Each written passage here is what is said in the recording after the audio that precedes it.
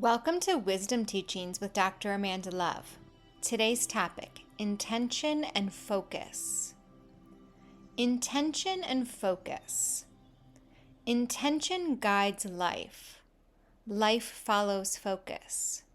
To some degree, we all know this, yet most of us aren't really utilizing the power of it in our day-to-day life. Rather, we are often unfocused, scattered, and distracted. We decide for a moment or maybe two that we want to feel a certain way, walk in a particular direction, or take hold of our state of being. But in the next moment, we forget it. We then wonder why we can't seem to have the healing, life, or state of being that we desire. Then, on top of it all, we have a long list of impossibility beliefs to add into the mix. If we muster up our will and utilize our focus, then this or that impossibility belief rears its head. Feeling overwhelmed by it all, we stop in our tracks and give up. We return to distraction because we can't seem to find a way through. We find ourselves feeling stuck, like we or things will never change, and we feel resigned to life the way it is.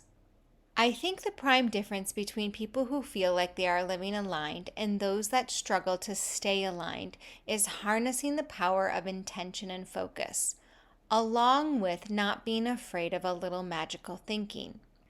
If you've ever spent any time around a baby, you know that they see the world through the lens of magic. Something appears in front of their visual field and they get absolutely ecstatic. They have no idea how it arrived or even what it is. They are simply enamored and in a state of bliss by whatever it is they see. They attempt to interact with it however they can, having no idea at all what to do with it. This is what we call playing. Then, due to the fact that they have no label, definition, or meaning, all they experience is magic. Magic being the essence of the thing and not the thing itself. As soon as we give names to things, we no longer see magic and rather see only what we've decided something is. All other possibilities flatten. The other thing to notice is that when babies are playing, they are totally focused. They quite dislike it when you remove their object of magic, which they are entirely engrossed in. Their attention might move from toy to toy, but they are just as present with the next non-labeled, no-meaning magical thing that arrives into their sensory experience. As we become toddlers and begin to develop our analytical thinking mind, we want to know what everything is and what it all means. We start to get lost in the world of concepts rather than the pure potential of what is. Our minds learn to multitask and focus on facts, details, and the like. We lose connection to the essence of things and begin to focus on the things themselves. We move out of the present moment and into thought. And well, who doesn't love thinking? To just let your mind wander from this thing to that thing, to be lost in thought, to contemplate, to imagine. It's fun to imagine. Yet for many it stops here. You might think that imagination is just imagination, not reality. You may even be very good at imagining. Yet if you don't have any intention or focus behind your imaginations, they remain formless. This is not a problem. Again, it's great fun to imagine in our minds. It's only that you will not have a different human world life experience. You will be living in thought or concept. There will be a disconnection between your imaginal world, you could also say your desired world, and what you actually experience.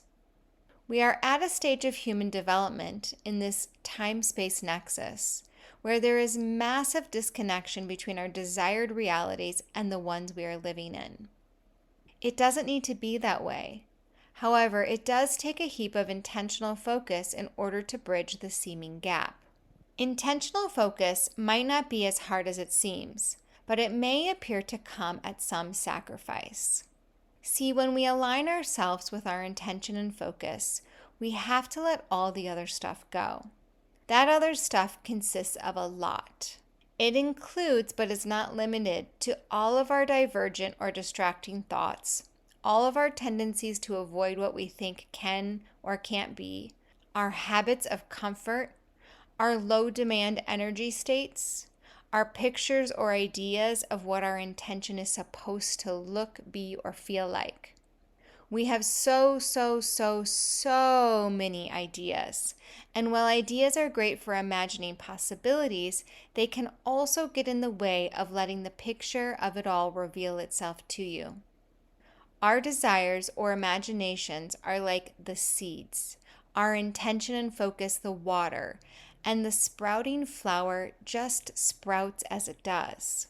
We don't get to decide its appearance. We can guide and set conditions for it, but we can't determine its expression. We can only nurture its becoming and then let it be what it will be.